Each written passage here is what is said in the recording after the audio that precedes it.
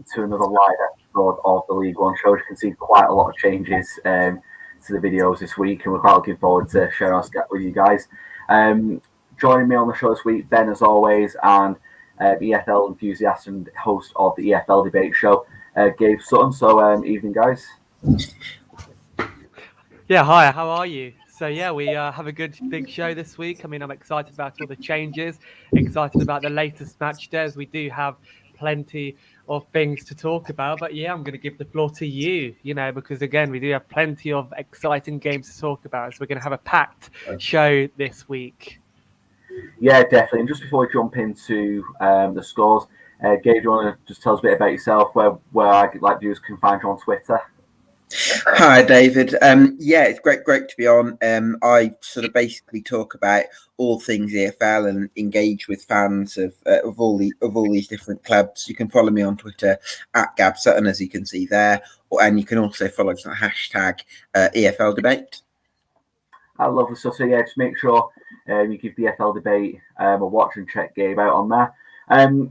We had a full programme of games from the weekend, so we'll cover all those off first. We had a couple of games last night. We'll just go through the scores and we'll jump into the big talking points from the week. So we had AFC Wimbledon 0, Wigan 2, Accrington 2, Portsmouth 2, Bolton 2, Gillingham 2, Burton 1, Oxford 3, Doncaster 3, Cheltenham 2, Ipswich 2, Fleetwood 1, MK Dons 0, Rotherham 3, Morecambe 1, Plymouth 1, Sheffield Wednesday 1, Lincoln 1, and Shrewsbury 4, Cambridge 1, Sunderland 0, Charlton 1, and Wycombe 2, Crewe 1. And then there's a couple of games we had last night. So we had Doncaster 1, Cambridge 1, and Wigan 1, Lincoln 2. So yeah, I think it's probably right. We'll talk about Wigan first of all, considering they had the additional game last night. I've had a bit of a mixed bag so far, but yeah, win at Wimbledon at the weekend and a defeat against Lincoln last night. Gabe, what have you made of Wigan's start and the results from Saturday and Tuesday? I've been really impressed with Wigan Athletic so far this season, David. Liam Richardson, he's done two really good jobs, I think. I mean, the last season, in different ways, you'd say, because last season it was very much a firefighting mission. He had to deal with a skeleton staff, with a squad mixed up with sort of journeymen and youth team players, and no real budget after the squad was decimated over the summer. And then you're looking at this year, and he's instantly turned a team that just stayed up last season, remarkably, really, and turned them instantly into promotion contenders. And what's interesting, I think, is that he was obviously assistant to Paul Cook for a long period, and in those title-winning sides at Chesterfield, at Portsmouth, previous clubs like that, Wigan Athletic, of course. Paul Cook was the centrepiece, the man who got all the attention. Well, now in League One, it's Liam Richardson almost against Paul Cook, you might say. And Liam Richardson is actually probably doing the better job on current form. So very interesting from that perspective as well. But a bit of a setback for them in midweek, losing to Lincoln City. But overall, what's that they've had? Yeah, it's like you were saying, it feels like it's a completely different job now, isn't it? Obviously, compared to last season. Having the relegation fight all last season, and then this season's more of an expectancy to win the title, isn't there? Ben, what did you make of Wigan's setback last night against Lincoln? Yeah, obviously a disappointing result for the Latics, but they've certainly not had too many defeats this season, so it's something that Liam Richardson will want to put behind him. But I think you've got to give credit to Lincoln City as well, because Michael Appleton's side, obviously with Ndulu, the lad they brought in on loan from Southampton, Dan Ndulu, he's a really quick striker. Can he come in and really start to find a little bit of form? Wigan obviously had a lot of possession in this match, a lot of attempts, so it wasn't for lack of trying. But I look at Wigan this season, and I think their main strength has been that attacking quartet of Callum Lang, Will Keane, James McLean's come in and done really well, certainly in recent weeks, and Charlie Wyke. Wyke was obviously missing last time out. That's a bit of a loss considering how good form he's been in. But I think maybe you look at in terms of the fullback positions, they've maybe relied on someone like a Max Power coming forward from right back and maybe missing a little bit of creativity from the deeper positions. They're hoping that, I suppose, Tom Bayliss, who was really good for Coventry a couple of years ago, can be the solution to that, because other times they've played with Tom Naylor and Jordan Cousins, in midfield, and it's maybe not the most creative combination in the world. Yeah, definitely. It'd be interesting how they pick up from there. And coming to you now, Ben, another team that's really impressed us both so far. We've talked about the last couple of weeks, haven't we, Ben, is Plymouth. And obviously a disappointing draw at Morecambe at the weekend to halt low momentum. But yeah, so what do you think of that result, Ben? And do you think that's a bit of a blip for Plymouth? Or do you think that's a good result overall, considering how difficult Morecambe, I should say, have been at home? Yeah, Morecambe are a very difficult team to go away to. So for Plymouth to go there and get a draw, I don't think that's necessarily a bad start, because nobody really thought that Plymouth would be in this position anyway. But yeah, I mean, Plymouth, they're still a really impressive team, and I've actually really enjoyed watching them. And the game against Morecambe, again, it was one of those games. Danny Mayer scored for them. He's been a fantastic player for Plymouth, as always, but they still played well.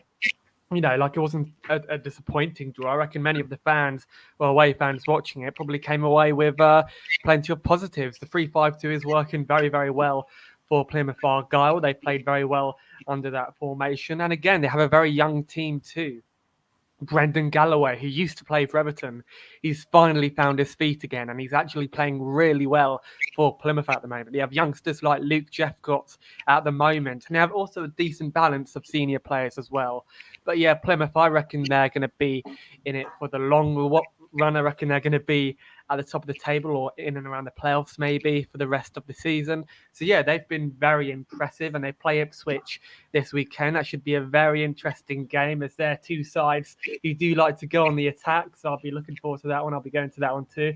So yeah, Plymouth, exciting team. Not a disappointing draw against Morecambe, as these games do happen, and Morecambe are a difficult team. But yeah, I mean, Plymouth, as I just said, are so impressive. Yeah, it'd be a good game for you to go to at the weekend morning. I think there's a bumper crowd expected for that one in there. Yeah, it'd be interesting if you guys can get a result against them, given the run you both guys are both on. But we'll come to Ipswich a little bit later on. But coming back to you, Gabe, Sunderland are another team who have another good look at. I think we kind of missed them out last week. Really back on form in the league. I know they had a bit of a blip against Charlton last weekend. But yeah, bounced back in the cup last night. Really good win at QPR. What are you making of Sunderland so far? And do you think the cup run could become a bit of a distraction to him? Well, not according to Lee Johnson. He's hoping to play Arsenal or Tottenham in the next round, and then bring out the real big guns, he was saying after that, which I thought was such funny. I love that swagger from Lee Johnson, by the way, that sort of arrogance to have a bit of a go at Arsenal and Tottenham, because it feels like, you know, with previous Sunderland managers, they wouldn't have really had that sort of cockiness to do that kind of thing. And part of me just really likes that kind of mentality, because you wouldn't say that about a fellow League One side, because that would almost be too close to the bone. But because it's a Premier League side and Sunderland are a couple of divisions below, it's the sort of dig that you can have. So anyway, I like that. But again, I like Sunderland on the pitch as well, because although they did lose to Charlton, and similarly to what I suppose I was saying about Wigan in terms of they had a go, but just, you know, didn't kind of quite open up for them. They certainly had spells of pressure in that game against Charlton, and again, a lot of attempts at goal and lots of periods where they're a little bit unlucky, perhaps. But I think that attacking quartet of Aidan O'Brien, Alex Pritchard, Aidan McGeady and Ross Stewart can do real damage once they link up. I was actually lucky enough to be at their 4-0 victory at Crewe, and it wasn't like they sort of dominated the middle third necessarily or had a high volume of attacks, but once they did get into the final third, they were so smooth, so slick, so incisive. Aidan O'Brien's been a poacher previously in his career, you know, not really offered much beyond finishing. Here his link-up play looks really really good. And I think that's, again, credit to Lee Johnson's management. And Ross Stewart's been among the goals as well. What an aerial goal scorer he is. And whenever you dink a cross into him, you always feel like you back him to find the net. So obviously they haven't actually scored in their last 2 games. So it seems a bit counterintuitive, I suppose, that I'm saying this. But no, Sunderland having a fantastic season. And I think there's probably 5 teams that can challenge for automatic promotion this season. Definitely Sunderland are one of them. Yeah, I think with Sunderland, I think the goals look to be well spread. Obviously, Ross Stewart grabbing most of the headlines and leading the way, but there seems to be goals coming from a lot of areas at the moment with Sunderland. I think that's something that Sunderland fans can be relatively happy with, and things are looking a lot more positive. Currently 2 games in hand on Plymouth and only 2 points behind, so only 1 win away from going above Plymouth. And yeah, I think times are looking a lot more positive now at the Stadium of Light. Then one team I think we've discussed over the last couple of weeks is Rotherham, and the fact they're a bit of a yo-yo club out between the Championship and League One, and they're slowly creeping up the table now. They're up to 5th place. Got a really good win in the EFL Trophy last night, regardless what you think of that competition. Battering Man City's under-21s 5-0, and a really good win away at MK Dons the weekend 3-0. So how impressive have you been with Rotherham as of late, Ben? Rotherham have been a very good team, and I think Paul Warren, I think he's almost made like the perfect machine there, because he's been there for a while, he knows the club inside out really, so he's got them playing some decent football as well. But yeah, Rotherham beat the MK Dons 3-0 over the weekend. Freddie Ladapo scoring, Smith and Awike as well. But it was a very convincing win as well, as Rotherham absolutely dominated a very good MK Dons side, which in a way is almost like a testament to how well Rotherham are playing. So yeah, I mean, a fantastic win for Rotherham, really. It does give a lot of positivity to the fans watching, because they're 5th at the moment in League One. So, they're only 5 points off top. So if they go on a good run, hopefully they can, get up there and maybe fight for the playoffs or maybe promotion. Who knows? This team are more than capable of getting promoted, by the way. So yeah, I mean, Rotherham, they've been an exciting team to watch. They've been in some fantastic form lately. My only worry is that, similar to every year, Rotherham are a yo-yo club, as you just said. They do tend to be inconsistent at times. So far this season, they've been on and off. They've generally been a very consistent team, though, in the whole. But yeah, I mean, if they just carry on their good run of form, if they carry on playing the style of football that they're playing at the moment, then I'd be very, very interested to see how they're doing. But my question is, to all the Rotherham fans watching at the moment, how do you feel about your club at the moment? Can you maybe see your team getting promoted? Would you be happy with playoffs, or do you want automatics? So that's the one question I'm going to throw out there to all the Rotherham fans watching the chats. Yeah, I'll definitely keep an eye on that in the live chat then for any Rotherham fans. I know we've got Ian Bradley in the live chat, who is a Rotherham fan. Who's popped with a couple of comments around Rotherham. Big game at the New York Stadium at the weekend. Millers against Sunderland, so yeah, that'll be a tasty one. So I think that could be the one where Sunderland could potentially come unstuck there, but yeah, it'd be interesting to see how that one goes. And Ian has also said regarding Rotherham, top scorers in the 72 with 39 goals in all competitions, and yeah, they've really started to find the goal scoring boots, haven't they, as of late? 8 goals in the last 2 games. Obviously, had the 0-0 draw against Wycombe previous that, but yeah, they're bang on form in front of goal at the moment. One team I really wanted to discuss with you, Gabe, simply because I think they're a bit Marmite with a lot of fans within the EFL, but is Wycombe Wanderers. A lot of people don't have the nicest things to say about the style of playing, what Gareth Ainsworth introduced, but how have you perceived Wycombe so far this season? Because they started off looking like quite an entertaining side. They kind of dropped off a little bit and gone back to the 1-0 wins, haven't they, really? David, I absolutely adore Gareth Ainsworth. I think he's done a brilliant job. Some people, opposition fans of teams that face Wycombe, say, "Oh, I wouldn't want to watch that every week."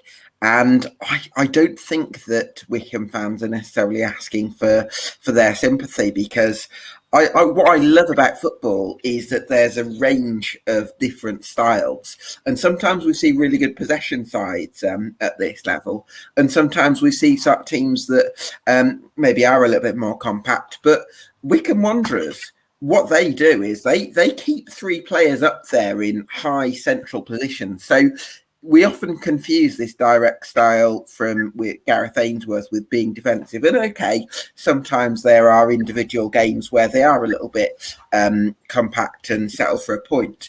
But with that out ball to Sam Vokes, who's a very mobile target man, very selfless as well, he's always got Gareth McCleary sort of just in those pockets just behind Sam Vokes, and they've got either Daryl Horgan or Brandon Hanlon sort of running off him at pace. And what that means is there's always this conflict for defenders. Do I press up against Sam Vokes and risk Hanlon or Horgan getting in behind me? Do I drop off and let McCleary get into those pockets? Either one of them is dangerous. So although Wycombe, they don't dominate games from a possession point of view, but even when they're a little bit on the back foot, they're always carrying a threat throughout the game, because it just takes one ball into Sam Vokes and that front 3 is away. And that's why I'm a huge fan of Gareth Ainsworth. I believe that his methods could be successful in the Championship. Wycombe fans won't like me for saying this, but I think that Gareth Ainsworth does deserve another chance in the Championship, and they'll be hoping that, of course, that's with Wycombe Wanderers, which it could well be. Yeah, the way things are looking, is a very good chance that could happen. Started really well, 14 games played, 30 points from a possible 42. So things are definitely looking good for Wycombe so far, and Wycombe fans will be hoping that long may continue. One other team that I really want to discuss in terms of the top 6 race, I know we're kind of covering them in a bit of order here, but coming back to you, Ben, because I know we discuss Oxford quite a lot due to their erratic form. They're either very hot and cold, aren't they? But Ben, they're really starting to look good now, aren't they? 2 league wins on the bounce, a really good win last night as well in the EFL Trophy at home to the Tottenham under-21. So what are you making of Oxford at the minute? Yeah, only 1 loss in 5, which is very impressive. And again, Oxford have always been a very decent team. They've always been a very good squad as well. I think their recruitment has been absolutely fantastic. But if I was an Oxford fan, then I'd be very optimistic about this season. My only one worry would be is how packed the top 6 is, like how tight it is as well. But yeah, they beat Burton Albion away from home. Burton have been a very decent team as of late. They've been in decent form. They've lost 2 of their last 5, so maybe some people saw that coming. But yeah, I mean, it was a great win for Oxford United, with Taylor, Bostic and Henry all scoring for Oxford United. But yeah, I mean, again, they dominated the game, absolutely dominated the game. They had 60% possession compared to Burton's 40%. And they also had 22 shots on target. Well, 22 shots with 8 on target, sorry. So they definitely did dominate Burton Albion. So with how much they've been scoring lately, because Oxford United are prolific goal scorers, they have scored a lot in their last couple of games, I'd see no reason why they couldn't climb up this table and maybe get into the automatics, because they are a team in red hot form. They are a team with some very good goal scorers as well. So if they're the team in the top 6 to do it, then I reckon Oxford could very well be that team. Yeah, they've definitely been knocking on the door the last couple of years, haven't they? It'll be interesting to see if they can go one step further this year. I think they kind of run out of steam last year after having to go on an incredible run to be in top 6 contention. So yeah, it'd be interesting to see how they can continue this season. Now they're in the mix a lot earlier than last season. Gabe, one team, again, a lot of people want us to talk about each week, Sheffield Wednesday. Currently a few points outside top 6, so 3 points outside, and they don't have any games in hand. But what are you making of Sheffield Wednesday's adjustment to life in League One? Are they currently suffering from like the big boy syndrome in this league and struggling to adapt? Yeah, I think there could well be an element to that. Certainly, in terms of recent form, they're really dropped off, and they've sort of in danger of slipping really into mid-table territory. I think their defensive record for match of the season has been reasonably good. They've got individuals like Dominic Iorfa, who's done well for them. They've got Barry Bannon, of course, who's a good playmaker. And they've also got Lee Gregory, who I would say has done well. He's obviously scored goals in the division above with Millwall, and I think he's a good striker for this level. But so they've got the pieces in 3 or 4 areas to be really competitive at this level, but there's also other areas where they've struggled a little bit, and I think that's probably why they're off the pace in terms of the playoffs. And what I would say is we've talked quite glowingly about Plymouth, Argyle, Wycombe Wanderers, Wigan Athletic, Sunderland and Rotherham. And then Ben's also made a very good case for Oxford finishing in the top 6. I'm not sure about top 2 for them, but certainly they're contenders for that last playoff spot. And then you look at sides like MK Dons and you look at Ipswich. Are they starting to put a run together? All of a sudden, it starts to look difficult for Sheffield Wednesday. And I don't see them finishing in the top 6 this season, which for some of the more patient Wednesday fans will think that's okay. This is a transitional year. We're building towards something. But I think for a lot of fans, there will be that expectation for Sheffield Wednesday at this level to be very competitive. They're not very competitive at the moment. Yeah, I think obviously it's a very honest assessment of that game. I think that's one that might hurt a lot of Sheffield Wednesday fans because obviously they are a massive club at this level. They've got a rich history, huge stadium, fantastic backing, and I think they'll be expecting Championship football again in the not so distant future. Coming from Ian Bradley in the comments regarding Sheffield Wednesday, Wednesday top half, January will determine whether they can challenge. Certainly not good enough yet. Yeah, I'd agree with that. Definitely on the basis of the last 3 results, 3 disappointing draws, I'd say as well. Lincoln at home, Cambridge away, and Wimbledon away. You'd be expecting at least a win or 2 for a club of Sheffield Wednesday. Sorry, Wednesday fans, but yeah, a club of their stature, they should be expecting a lot better than that. I think they'll be handing the floor to Ben in terms of Ipswich. You're continuing the good run at the minute. Say it's becoming like the weekly thing now. I hand over to you for your latest Ipswich review, but another really good weekend for yourselves beating Fleetwood. So I'll hand over to you on this one. Yeah, so Ipswich Town beat Fleetwood 2-1. It wasn't as easy or as plain sailing as many would have thought because Ipswich Town have been in good form, and following a 4-0 win against Portsmouth, I reckon many thought that would go and smash Fleetwood. But yeah, we won 2-1 in that game. Chaplin opened with a goal. Chaplin's been in fantastic form lately, and I reckon he's making himself a case to start over Burton Selina. Then Fleetwood scored with Morton scoring on the 81st minute.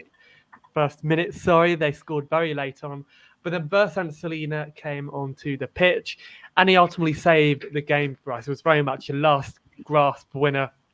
And yeah, it was a fantastic win for Ipswich Town, who are undefeated in their last 4 games and the 4 points off the playoffs. So if we beat Plymouth this weekend, which is highly unlikely given how well Plymouth have been doing, then we will only be a point off the playoffs.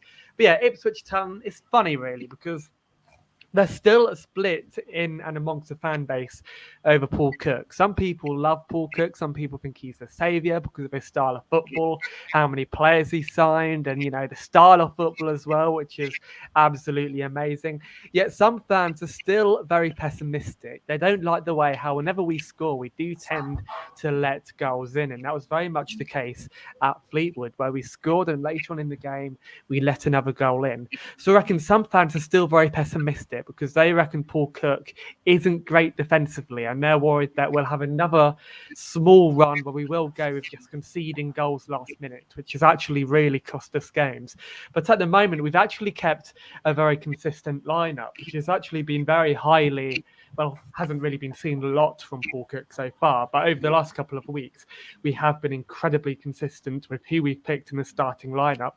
And again, that has kind of played dividends really, because George Edmondson and Toto Nsiala, they've been great together at the back. They had a great game together at Portsmouth.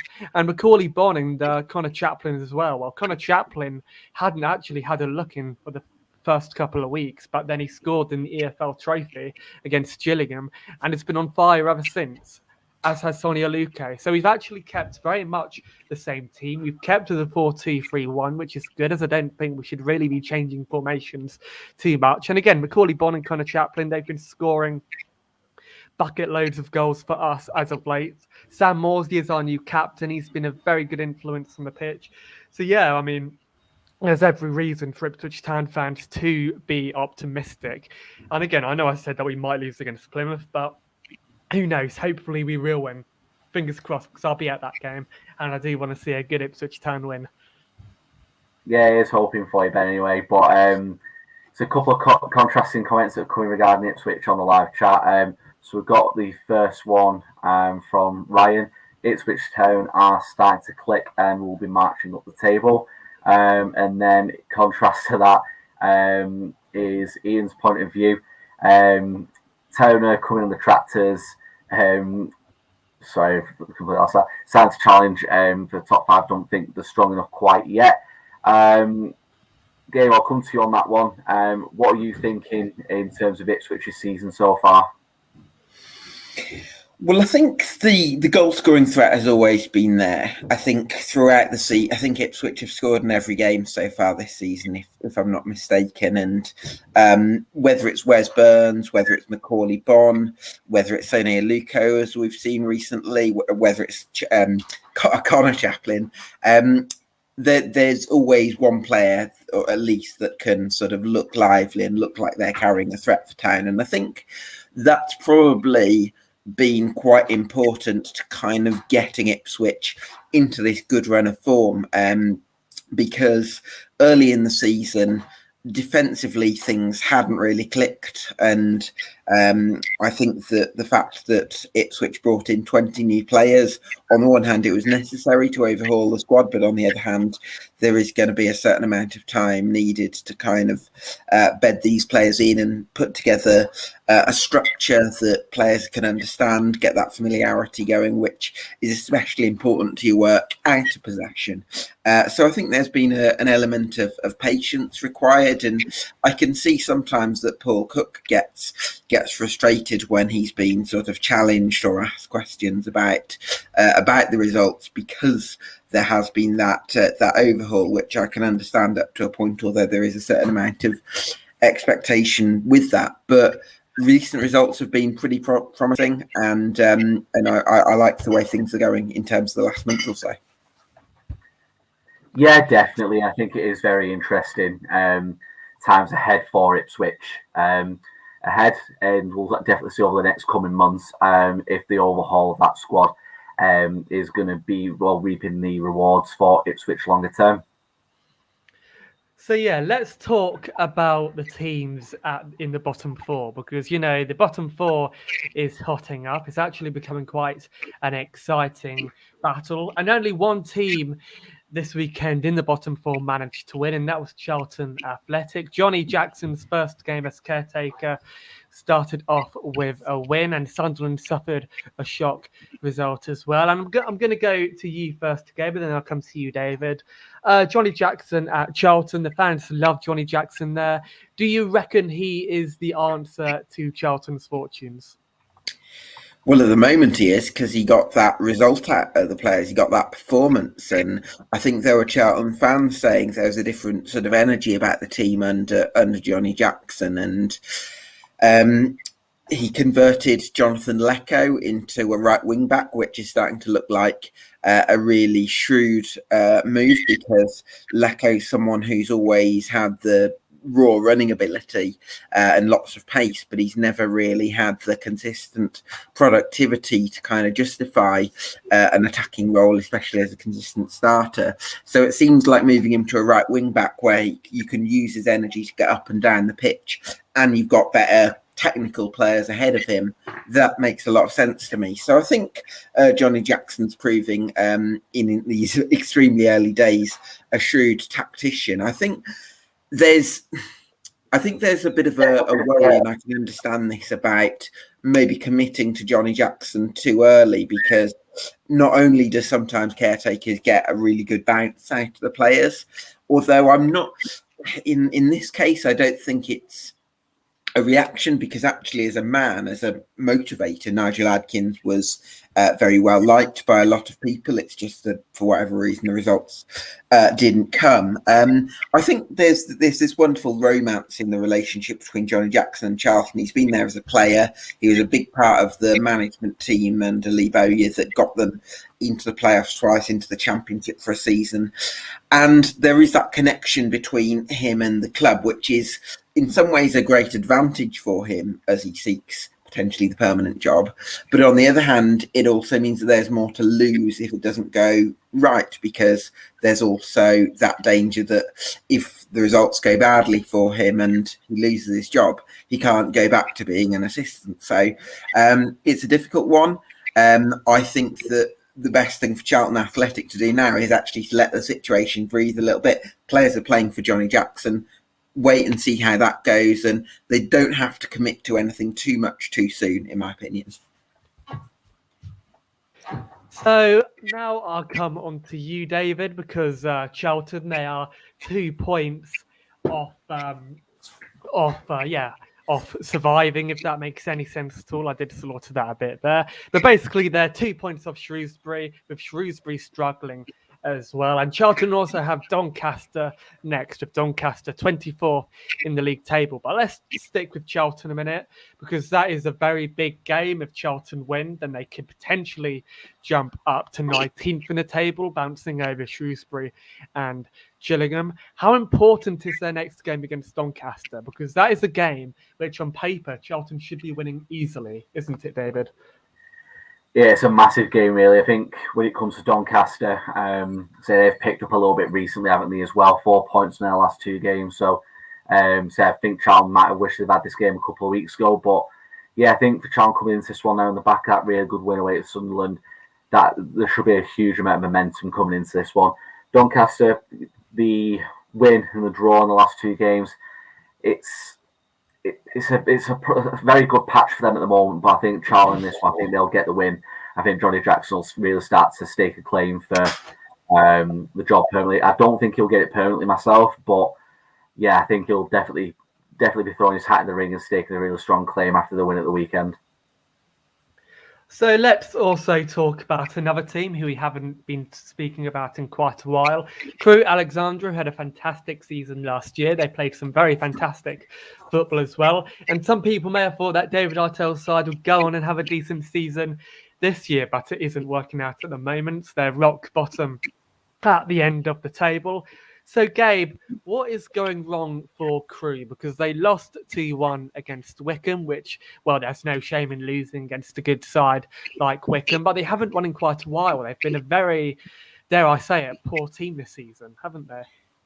They have. I don't think it takes a rocket scientist to realise what their problem is this season. They've lost their best players, and that's not me being sort of wise in hindsight, because I think I was actually one of the people that was worried about that going into the season. I think that you look at Harry Pickering and the role he played at left back. You look at Perry and G at right back. You look at Ryan Wintle, his ability to control games in midfield. You look at Charlie Kirk. I could go on and on with players that Crewe have had that has been a massive part of their rise over the last 2 or 3 seasons that they've lost. And if it was just 1 or 2 players that they were having to replace, it probably wouldn't be a problem, because they could put together this sort of conveyor belt.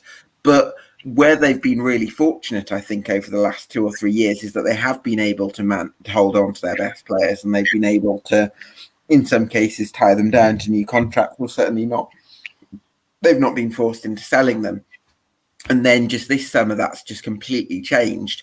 And to expect the same results without these quality players, replacing championship quality players on a League Two budget almost, I just think it's unrealistic. And I've got a lot of sympathy with David Artell. And I think going forward, they've probably got a core of maybe 3 or 4 players that you can look at and say, I've got a little bit of faith in you to turn things around. I like Scott Robertson, who they got on loan from Celtic in midfield. I like Janeel Bennett, I think, in the right setup. He's got some quality, I think.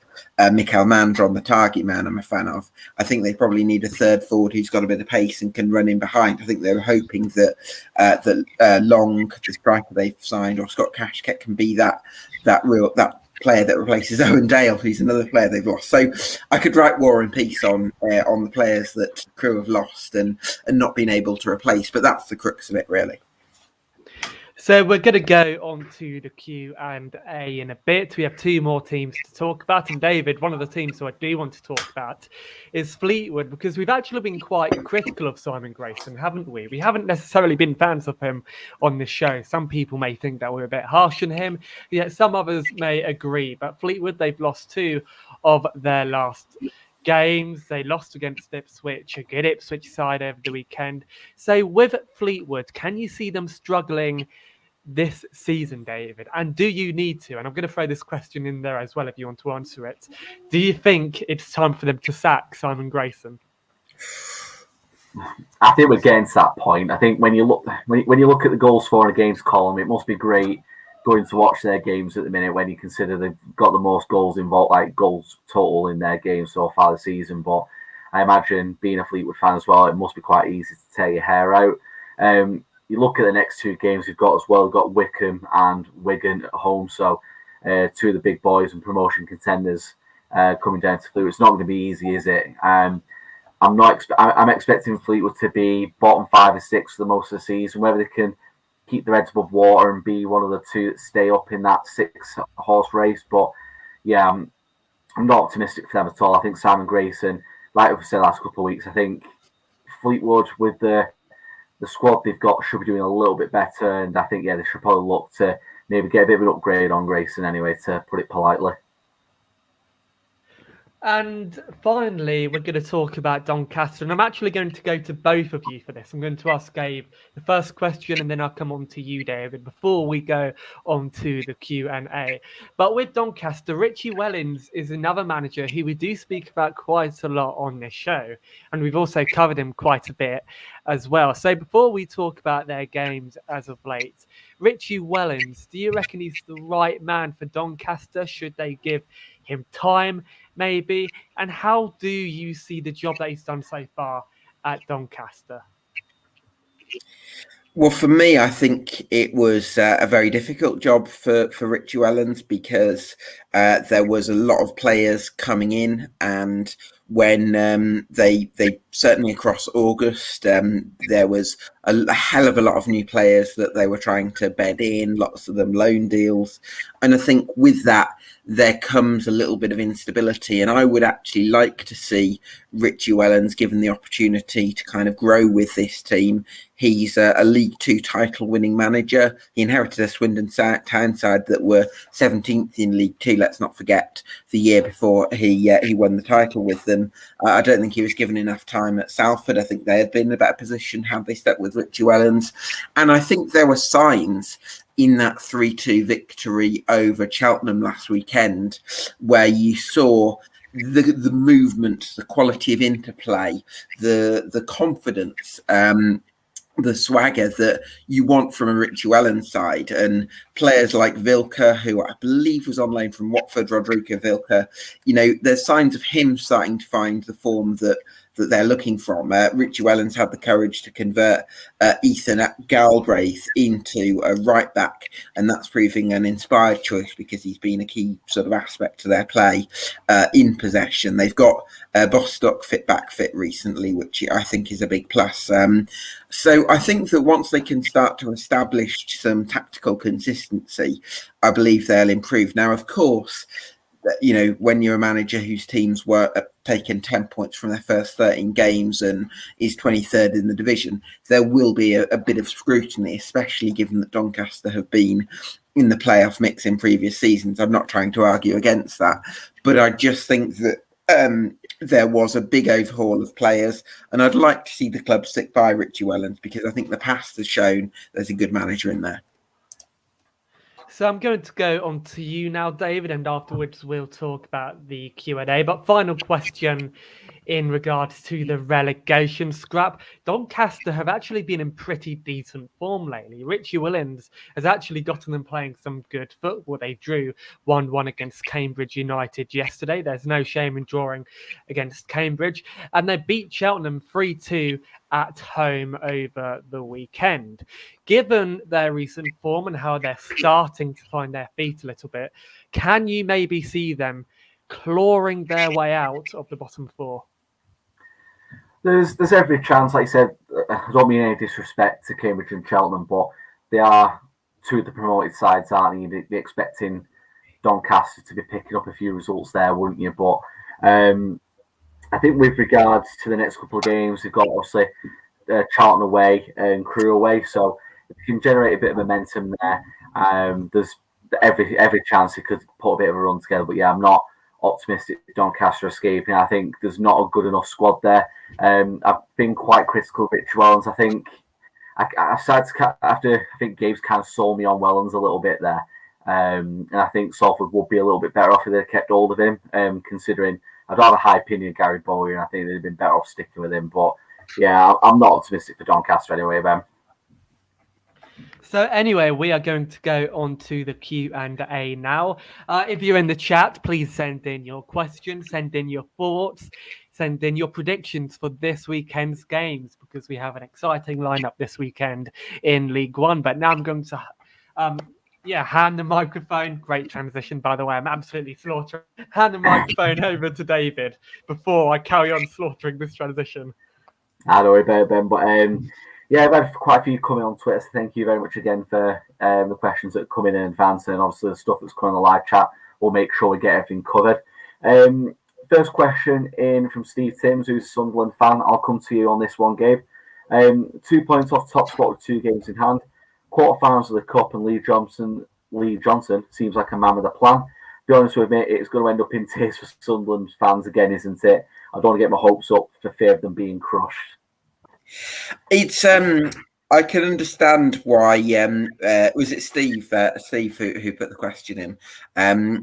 I can understand why he's probably got trust issues, because there has been issues at Sunderland, and maybe in the last couple of years there have been 1 or 2 false dawns as well. People were hoping that Jack Ross and the Stuart Donald regime were going to be the people to turn it round, and so there has been false dawns, and I can understand that.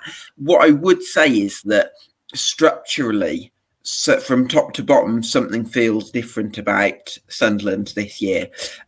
You've got an owner with money to put into the club, but at the same time, it's not been reckless investment. If anything, there are almost Sunderland fans who are getting a little bit nervous about the lack of investment in the summer, which I quite like in a way, perversely, because it shows that the club are making really considered deals, and they're only going in for a player that they're absolutely sure is the right deal for the football club, which is a massive contrast to failed eras of the past. So I really like things from that perspective. They've got a director in Christian Speakman, who I'm a big fan of as well. So structurally, things feel really secure. Things feel like the club's got a vision. They've got in Lee Johnson, in my opinion, a really good coach. Someone that will develop players, and they're signing players like Dennis Zirkin, who Tottenham fans are disappointed to see go, and they've got him permanently. And that shows that they're selling players a vision for the football club. They're not just kind of bringing in players just to kind of fill a gap. They're signing players because they've got belief that they're the right ones for the football club. So I think this is a new Sunderland. I think this is Sunderland going in the right direction, and I think Sunderland fans should be excited about the future ahead. Yes, I don't think we'll be seeing many tears on the next season of Sunderland side. I think tears of joy, if anything, if they do another season with the way things are looking. I'll come to you on the next one, Ben. It's from Ben Morris, relating to Sheffield Wednesday. So their next 5 league games are Cheltenham away, Sunderland at home, Gillingham at home, Accrington away, and MK Dons at home. How many points do you really realistically see us getting? So what are you making of Sheffield Wednesday on the next 5 games? Well, the thing that Sheffield Wednesday will have over all the other teams is basically experience, champion experience, players who have been there and done that, and who have ultimately gone on or have had, very stellar careers in the EFL. So I can actually see them beating quite a few of these teams. I reckon the game against Cheltenham, they should hopefully win this one away from home against Cheltenham as well. Sunderland are beatable. Charlton did show us that, so who knows? Maybe that's another 3 points against Sunderland. And Plymouth, that's going to be a tough game. That's in the FA Cup, though.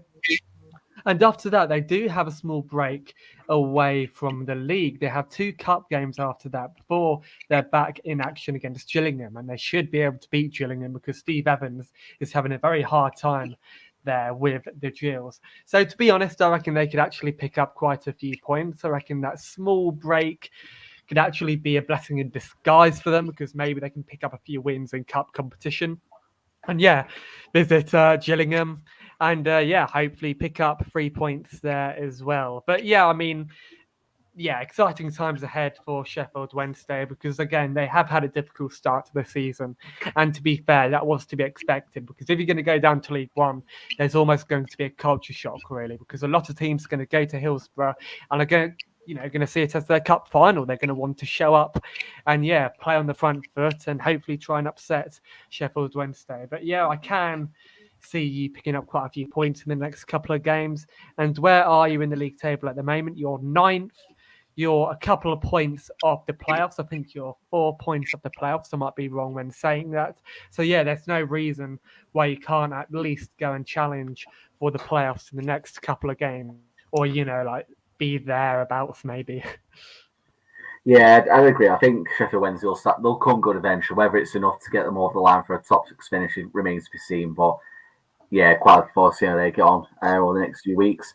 Gabe, next question for you then. It's a question that I like just the fact that Ollie Rathbone was mentioned from Ian.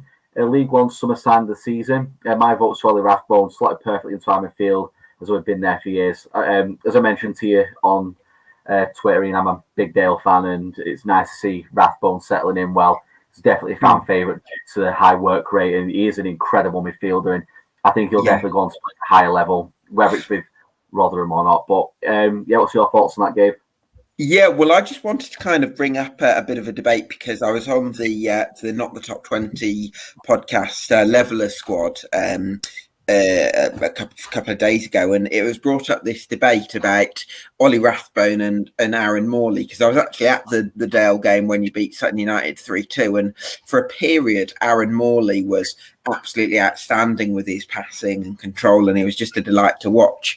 But then I feel like there are also periods where he looked a little bit lost, and it feels like he can go from being sort of a 10 out of 10 to a 3 out of 10 in the same game. Whereas I think what you get with Ollie Rathbone, another Dale Academy graduate, is he's sort of a 7, 8 out of 10 player pretty consistently because you know what you're going to get from him. He's just constant running. I've seen him play early in his Dale career in a slightly deeper role where he's covering, but last couple of years he seems to have taken up more of an advanced pressing role, and that's where his energy has really kind of come to the fore. And I think that's what makes him. Listen, Rotherham United could be in the Championship, but if they're not, I think that's what makes him an intriguing proposition because bottom half Championship sides might actually struggle to control games in the way that Aaron Morley needs in order for his ability to translate to that level. Whereas bottom half Championship sides that are without the ball a lot, they might actually value that consistency, that reliability of Ollie Rathbone just to constantly, even when he's not at his best on the ball, he's always making his presence felt with that pressurising the opposition. So he's somebody I'm a huge fan of. Yeah, obviously, it being League One, I will mention Aaron Morley. He happens to be one of the most frustrating footballers I think I've ever seen pull on a Dale shirt. Like I said, over the weekend, the winner he scored was absolutely incredible striking. There's times he can pick out an amazing pass, but for the most part, he's non-existent in games, giving the ball away. My biggest complaint about Aaron Morley is that if in a League One club is what I think can take him on, is the amount of challenges he pulls out of is ridiculous. Like, for a central midfielder, I've never seen somebody back out of so many challenges, and it's so frustrating. He's a Rochdale lad. I just want to see him get stuck in a little bit more. You're playing for your hometown club. Just get stuck in a little bit more. But that's my complaint on him anyway. He does. I mean, I know this is a League One chat, but I do want to, because I do think that this is important. Like, I just think he needs to up the aggression just a little bit. Like, he doesn't have to suddenly become a ball winner or anything like that, but just to kind of just get stuck in and just engage a little bit more. That'll make such a big difference, so that when it's not one of those periods where he's just knitting the play together like he does really well, he's still a presence in the game. And that's what I think he needs to work on, because I think if he can get that right, then the sky's the limit. So yeah, hopefully Aaron Morley can work on that side of his game. Yeah, and just one more point on Morley, I'll move on, I promise. Obviously I talk about Rochdale as much as the next Dale fan, but I think that game on Saturday proved exactly what Morley needs to do to change his game, especially when Sutton started to get back into the game. He was crying out to the midfielder to take the game by the scruff of the neck and get stuck in a little bit. And Morley needs to do that. He's a regular. You can't always just be Kelly, can it? Yeah. Liam Kelly got stuck on Saturday. I think it's been an absolutely incredible signing for us, and I think he'll go on to bigger and better things than us, sadly. But I'm hoping Aaron Morley can finally pull it out the bag, but I'm not optimistic. But hey ho. I'll stick with you on this one, Gabe. Just I think me and Ben have kind of answered this question a lot over the last couple of weeks. From Dan, which three managers do you find themselves with their jobs most at risk? I'm reluctant to comment on which managers should be sacked, because I feel like I'm quite happy just to trust the boards at these respective clubs to make decisions and make changes when they see fit, because I know that management is a very pressurized job, and I feel like there is a human element in there that sometimes gets maybe disregarded a little bit. That's not to say that changes of manager can't sometimes be helpful, but just that I'm reluctant to go into it too deeply, really. But I think in terms of, let me sort of maybe rephrase that a little bit, in terms of teams that I think are underachieving, obviously we had Charlton Athletic that were massively underachieving, and unfortunately Nigel Adkins paid for that with his job. I also think that you'd have to say at the moment that Sheffield Wednesday, according to a lot of their fans, they will feel that they're underachieving. Maybe ninth isn't a million miles off where you'd expect them to be based on the situation they're in as a football club, but based on their history and based on their prestige, they will want to be a little bit higher. Same with Ipswich Town, although it's slightly different there, and Portsmouth, of course. They'll hope to be building on that 2-2 performance at Accrington Stanley. I think as well that 4-1 win over Cambridge United was quite important for Shrewsbury and Steve Cottrell, because they were certainly struggling, and there were maybe question marks over the management position there. So I think there's a few teams that are maybe out, a few of the big clubs that are outside the top six, that there's always going to be an element of pressure there. But I hope that the likes of Doncaster, Crewe stick with their managers, because I think certainly David Artell at Crewe, I would say he's done some wonderful work over the last 2 or 3 years, and I hope they stick with him. But for some of the bigger clubs, of course, there's going to be that element of pressure. Yeah, definitely, I'd agree with that. And a really honest answer regarding not making the comments and the human element being involved as well, which is often lost in football. Just going into the live chat now for some of the next questions. So thank you everyone again for being very active in the live chat. I do apologise. I think there's been a bit of an issue with the live chat, and it's kind of cut off at a certain point. So I apologise if I've missed any questions here. I'll start with the one that's coming up first for me anyway. I think you've kind of covered it already, Gabe, but I'll just mention it anyway because I think you've just kind of covered it in good detail. Asking which teams are most underachieving these you've answered. But Ben, which team do you think are the biggest overachievers at the moment? Well, that's a very tough think to really answer, really, because, like some people may have different opinions on like which team in League One is overachieving. But if you're going to look at the table, then maybe Plymouth Argyle are a team to maybe point out, because under Ryan Lowe, they have historically been quite inconsistent. They had a poor end to their last season. But then at the same time, Plymouth Argyle, they use a lot of their younger players, a lot of their own academy players. Luke Jeffcott being one of them. He's been fantastic this season. Even if he isn't scoring, he's at least, getting assists and really helping in the build-up play. But then Wigan, I could maybe say them as well, but since their new owners have come in, they've actually invested into their squad, and maybe it's not a surprise that they are where they are at the moment. But the one team who I do want to bring up and who we haven't really mentioned so far is the MK Dons. They're 7th. And okay, some people might make an argument as to say, okay, they should be there. It's no surprise that the MK Dons are 7th. They're doing well this season. But yeah, I mean, last season they did okay, but they weren't fantastic. And this season they're 7th. And Liam Manning has gotten them playing actually very unique football, in my opinion. The style of football that you don't see everywhere in League One. A team who want to dominate possession, who want to have a bit of bite, and who actually play on the front foot, which is actually very impressive to see. And it actually shows ambition from Liam Manning's side, because he's a young manager. He obviously has ambitions with that squad. He sees them maybe being in a different league, maybe like being elsewhere than they currently are. And that's definitely a good thing. I think the MK Dons will be a team to keep an eye out on in the next couple of years. So yeah, the teams that I just mentioned there are the teams who I think have surprised us a bit this season. I think it's a question where if maybe I ask somebody else, they'll probably have different answers to who's surprising them this season. But they're the teams that are surprising me. Plymouth in particular, because, like Ryan Lowe has been very impressive this season. He's a good manager as well. He did well at Bury.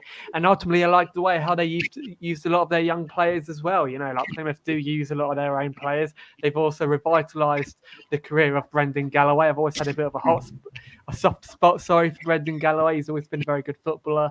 So yeah, I mean, Plymouth Argyle, MK Dons, and all the other teams that I just mentioned there.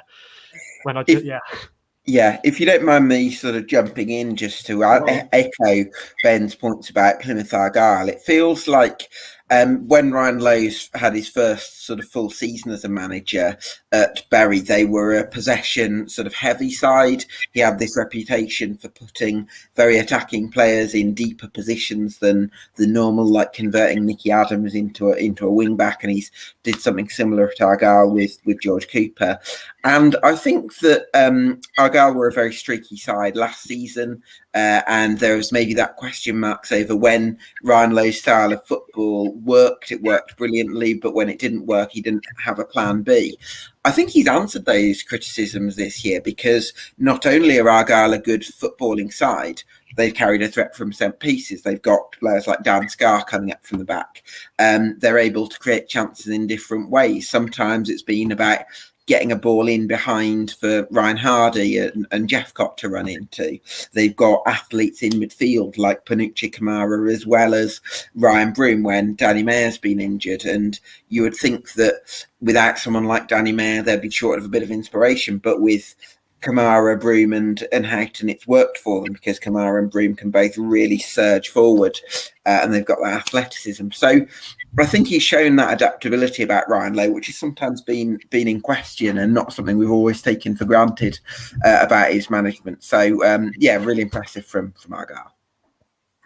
Yeah, I think especially with Plymouth as well, I think there should be applause as well for sticking with Ryan Lowe, because there's a point last season where a lot of the Argyle fans were calling for his head, and I think with a club like Plymouth and the fan base they've got, like, quite a very passionate fan base, it'd be quite easy to bow down to the pressure. They've done well. They did well sticking by him. They're reaping the rewards so far this season. They are looking like a really strong prospect. I'll come to you on this one, Gabe, simply because me and Ben have discussed it quite a bit in recent weeks. I'd like to get your opinion on this. So it's just regarding the EFL trophy, or the Papa John's trophy. You want to slap the sponsor on it. What are your thoughts around the trophy, and Ian's comment of inherent politics? So what are your thoughts on that trophy?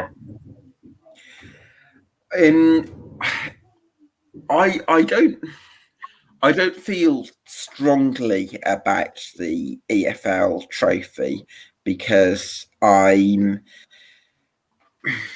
think that it's not a competition that attracts much interest from supporters at the moment, and I don't think playing Manchester City under 21s is something that really gets people on board. I'm sure the attendance at Rotherham, Ian's team, on Tuesday night wasn't especially high, and this is what makes me worried actually for the future of the game. If people like at Manchester City, like Ferran Soriano and Guardiola, have power over the Premier League, whether there's the introduction of B teams, because that's what they've done in Spain, which is absolutely, oh my God, I can't imagine an EFL that's got B teams. I mean, can you imagine it, David? Just that, oh, how horrendous would it be?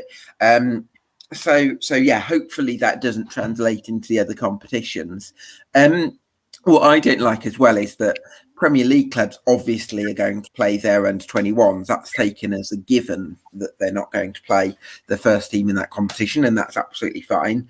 But then there's been times previously when EFL teams that rotate for the competition have been fined. Well, there seems like a hypocrisy there. So it's fine for Premier League clubs that are entering to play their young lads, but then for lower league teams, it's not okay, and there's certain repercussions for it. It just seems massively inconsistent. So I've got huge issues with that. But my main concern is that the principles of the EFL Trophy, which are under 23s, under 21 teams entering the actual league system, I think we should oppose that in the strongest possible way.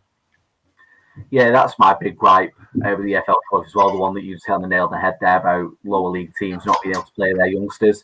Say lower league teams in the EFL have their own talented youngsters, and if it wasn't for the EFL Trophy, Luke Matheson would never have made his breakthrough for Rochdale in the manner he did. And he's going on to have like an half-decent career so far. Aaron Morley made his breakthrough for us in the EFL Trophy.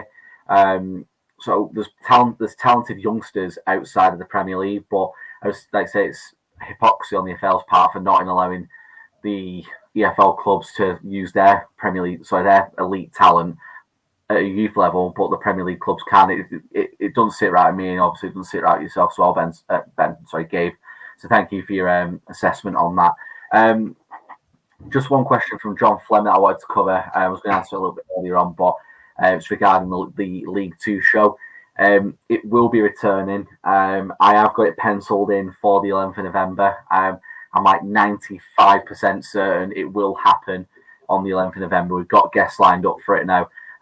Really excited to bring that back, because it means I can finally talk about Rochdale in depth every single week then. So, I'm really looking forward to bringing that back so I can chat to you all about my beloved Dale again anyway. I can see you've popped in with another question regarding the EFL Trophy, but we've just covered that then regarding B teams as well. So hopefully that answered your question as well. But that is near enough everything. But I'll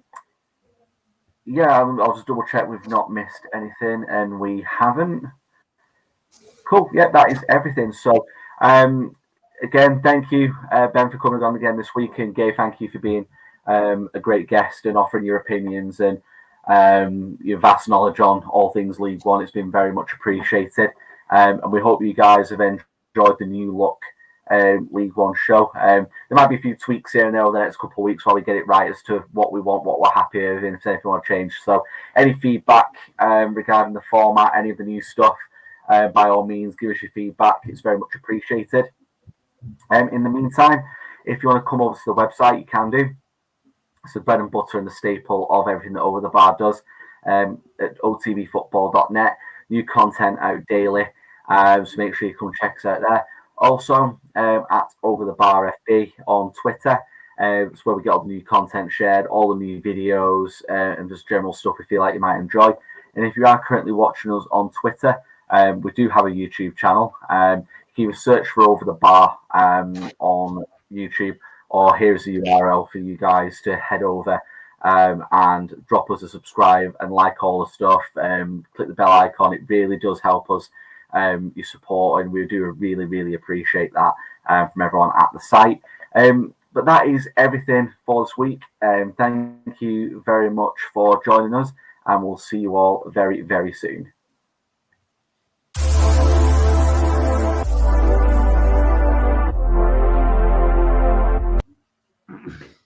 Cheers, folks. Cheers for that. Yeah, really enjoyed having you on. Thank you.